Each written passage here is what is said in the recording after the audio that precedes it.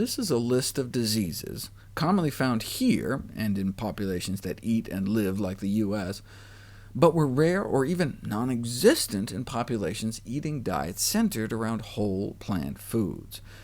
These are among our most common diseases, like obesity, hiatal hernia, one of the most common stomach problems, hemorrhoids, and varicose veins, the most common venous problems, colorectal cancer, the number 2 cause of cancer death, diverticulosis, the number 1 disease of the intestine, appendicitis, the number 1 cause of emergency abdominal surgery, gallbladder disease, the number 1 cause for non-emergency abdominal surgery, and ischemic heart disease, the commonest cause of death here, but a rarity in plant-based populations.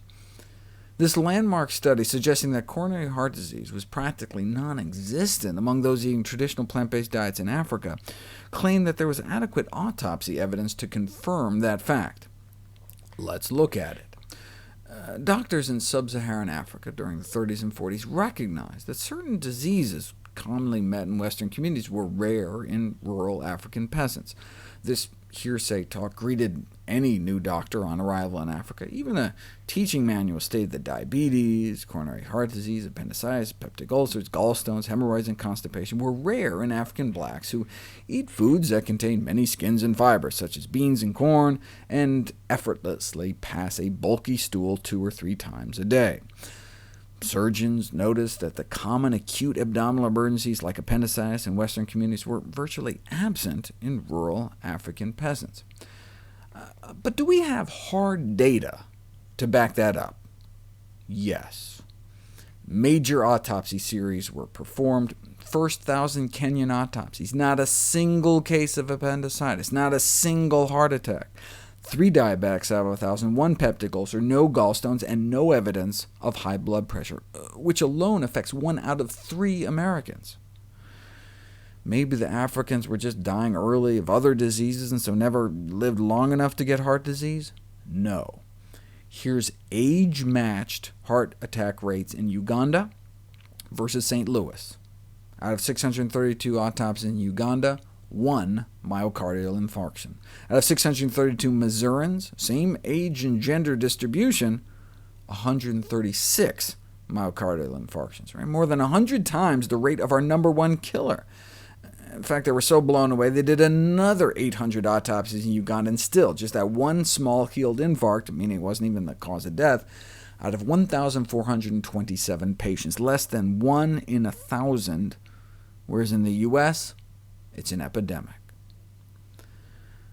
How do the doctors even know what to look for over there, then?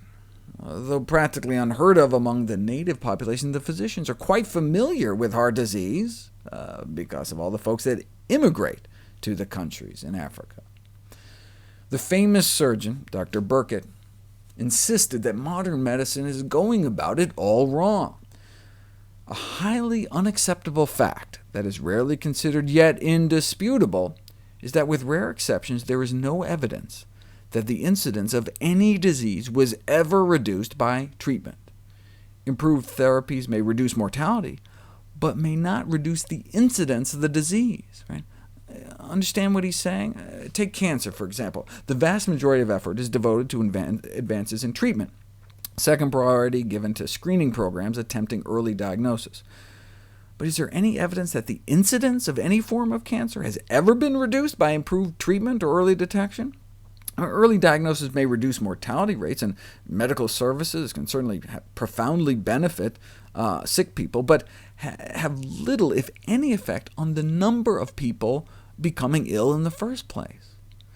No matter how fancy heart disease surgery gets, it's never going to reduce the number of people falling victim to the disease. He compares it to an engine left out in the rain. Right? If an engine repeatedly stops as a consequence of being exposed to the elements, it is of limited value to rely on the aid of mechanics to detect and remedy the fault.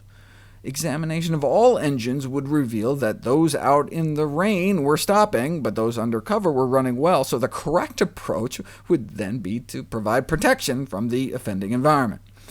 However, considering the failing engine as the ailing patient, this is seldom the priority of modern medicine.